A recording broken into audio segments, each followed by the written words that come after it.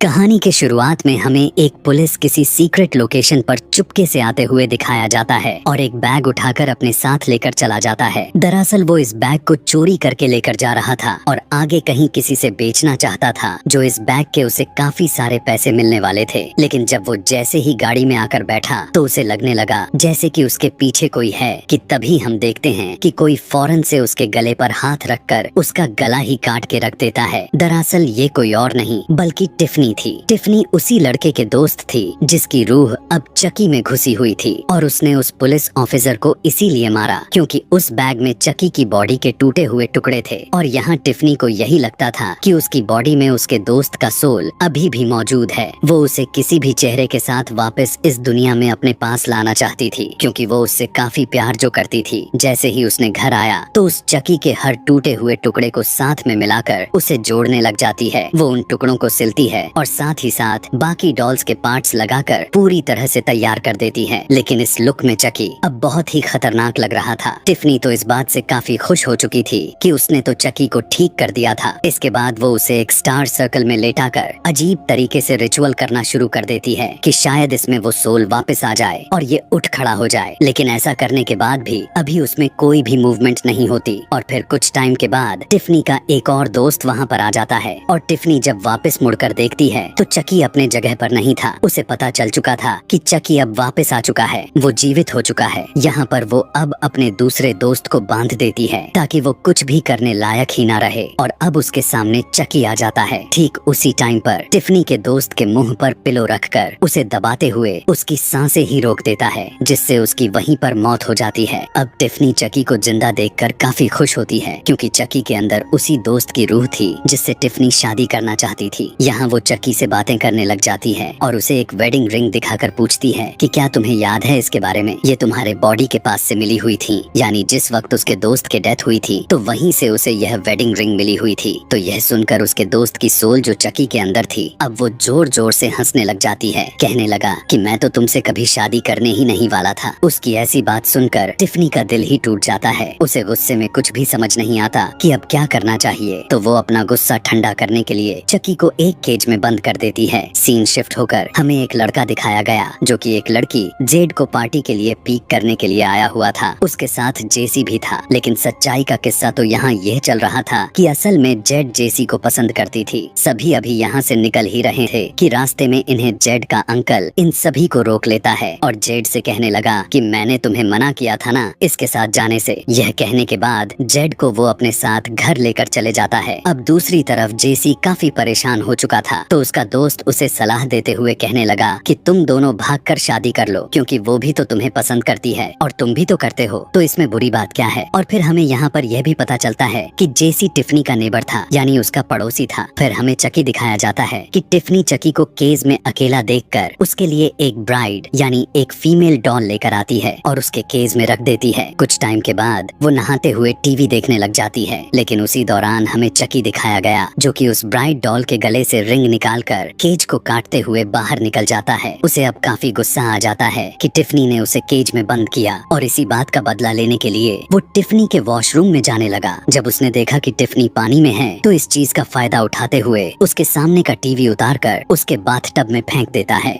पानी में करंट लगने की वजह से टिफनी तड़प तड़प कर मर जाती है। चकी को इस बात का कोई अफसोस नहीं था और वो अपने साथ उस ब्राइड डॉल को भी लेकर आया था जिसमें पहले तो कोई सोल नहीं थी, लेकिन अब वो इसमें टिफनी का सोल डालना चाहता था। यहाँ अब वो टिफनी की डेड बॉडी के साथ अजीबो गरीब तरह से रिचुअल करने लग जाता है और टिफनी के सोल को उस ब्राइड डॉल में डाल देता है। जब उस डॉल वाली बॉडी को टिफनी फील करती है कि वो किसी डॉल में प्रवेश कर चुकी है तो उसे बहुत ही गुस्सा आता है और वो घबरा जाती है। तब यहाँ पर चकी उसे कहता है कि गुस्से से पहले तुम्हें मेरी बात सुन लेनी चाहिए थी, लेकिन अब जैसा मैं कहूँगा तुम्हें मेरी बात माननी होगी और अगर तुम फिर भी चाहती हो कि हम दोनों की सोल किसी ह्यूमन बॉडी में दोबारा से पहले के जैसा चली जाए तो तुम्हें वही करना होगा जो मैं कहूँगा, जिसके लिए उन्हें उस लॉकेट को वापस लाना होगा जो कि मरते वक्त उस डेड बॉडी के गले में था जिसकी सोल अब चकी में थी। यानी टिफनी का दोस्त की बात चल रही है, लेकिन पता चला कि उसकी डेड बॉडी तो काफी दूर दफनाया गया था। अब ये लोग साइज में छोटे के होने की वजह से सोचते हैं कि हम तो ड्राइव नहीं कर सकते,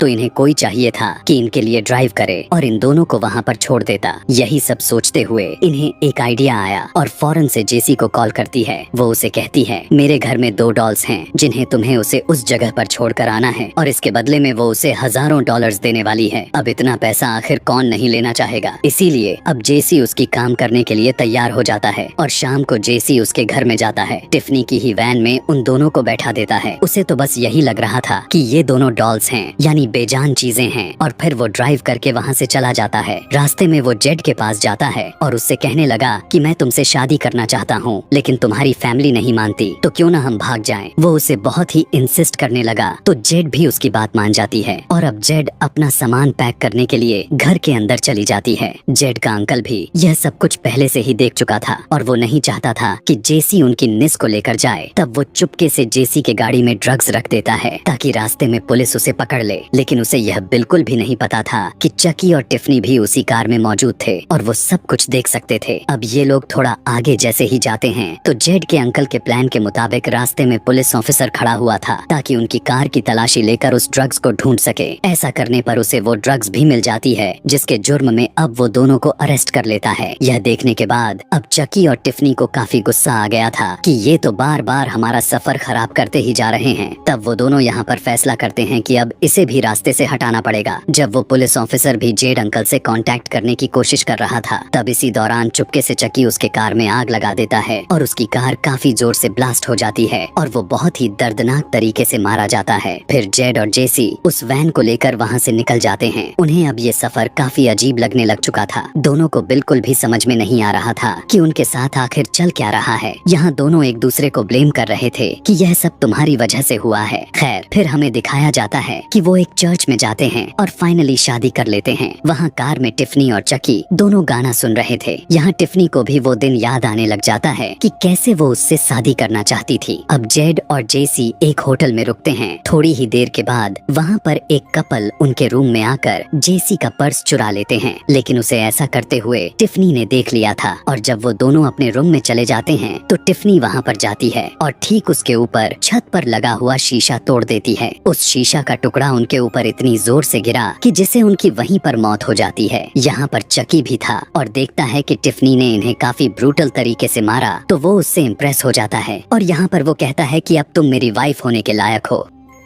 इसी के साथ वो वेडिंग रिंग निकालता है और उसे पहना देता है। यह देखकर टिफनी के आंखों से खुशी के आंसू निकलने लग चुके थे, जबकि ये लोग भी जेसी और जेड के साथ होटल में ही रुके हुए थे। दूसरी तरफ देखते हैं कि जेड और जेसी भी काफी घबराए हुए थे, क्योंकि उन्हें लग रहा था कि ये जो सब कुछ हो रहा है उनकी वजह से हो रहा है। तब जेड अपने एक दोस्त को कॉल करते हुए पूछती है कि यह सारा सीन आखिर क्या है। तब वो उन्हें बताता है कि दरअसल तुम दोनों के पीछे पुलिस लगी पड़ी है। जैसे ही सुबह हुआ तो होटल के ओनर को उस कपल की डेड बॉडीज मिली जो रात में टिफनी ने मारा था। यह देखकर सभी काफी डर जाते हैं। बिना देरी किए जेड और जेसी भी वहाँ से फौरन से निकल आते हैं। यहाँ पर अब इनका दोस्त भी आ चुका था। वो उन दोनों से कहता है कि तुम दोनों में से कोई भी गलत नहीं है, तुम दोनों को बस गलत लग रहा है और अब तो तुम लोग हस्बैंड वाइफ हो, तो तुम्हें तो एक दूसरे पर ट्रस्ट करने की जरूरत है। इसी के साथ जैसे ही वो वहाँ पर वैन में रखी हुई बॉक्स को खोला तो वहाँ पर जेड के अंकल की बॉडी थी। यह देखने के बाद उसे भी शक हो जाता है और वो उसी की गन निकालकर उन दोनों पर पॉइंट कर लेता है। चिल्लाते हुए वो कहने लगा कि जल्दी से वैन से बाहर आ जाओ। उसे लग रहा था कि अब तक जितने भी मर्डर्स हो चुके हैं उन दोनों ने मिलकर ही किए हैं। यह देखकर चकी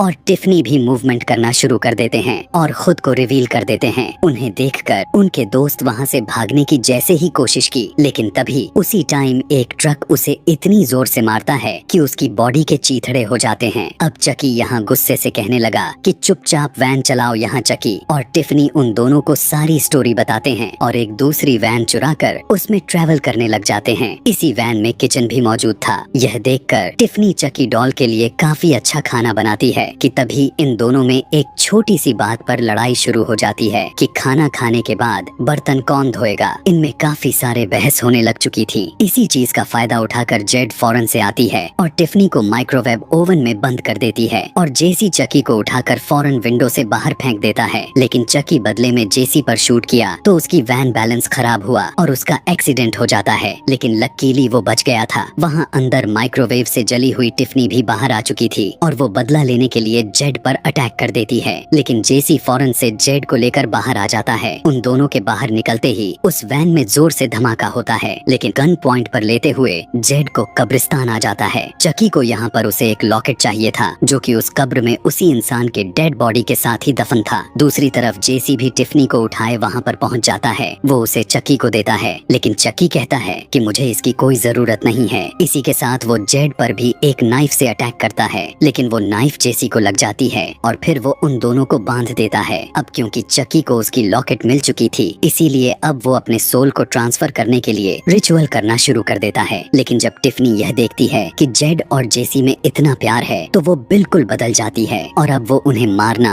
या एक दूसरे से अलग करना नहीं चाहती थी। और अब वो चकी के पास जाकर उसे पीछे से एक नाइफ से स्टैब कर देती है। वो उससे कहने लगी कि अब हम जीकर आखिर क्या करेंगे, हमें जीने का वैसे भी कोई हक नहीं है। इसी के साथ उन दोनों में काफी तगड़े फाइट शुरू हो जाती है। यहाँ पर चकी टिफनी को नाइफ मारते हुए उस बेचारी को खत्म कर देता है, यानी उसकी मौत हो जाती है। लेकिन तभी किसी तरह खुद को छुड़ाकर जेसी काफी जोर से चकी को हिट करता है, जो सीधा जाकर उसी कब्र में गिरा जहाँ उसकी पहले से ही ह्यूमन बॉडी पड़ी थी। यहाँ पर एक पुलिस ऑफिसर भी आता है और वो लोग चकी पर काफी शूट करते हैं। चकी मरने से पहले कहता है कि मैं वापस जरूर आऊंगा। पुलिस ऑफिसर जेड और जेसी से कहते हैं कि तुम लोग अब घर जा सकते हो क्योंकि तुम दोनों अभी बच्चे हो, इसीलिए यहाँ रुकना ठीक नहीं है। लेकिन जब वो टिफनी के पास गए तो उसने देखा कि वहाँ पर तो टिफनी का बेबी पड़ा है। वो बच्चा दिखने में काफी खौफनाक लग रहा था, जो फौरन से वो बच्चा उस पुलिस ऑफिसर पर अटैक करके उसकी जाने ही ले लेता है। और इसी के साथ यह कहानी यहीं पर खत्म हो जाती है। ऐसे ही और भी मूवी एक्सप्लेनेशन वीडियोस देखने के लिए चैनल को सब्सक्राइब करना बिल्कुल भी ना भूलें। Thanks for watching.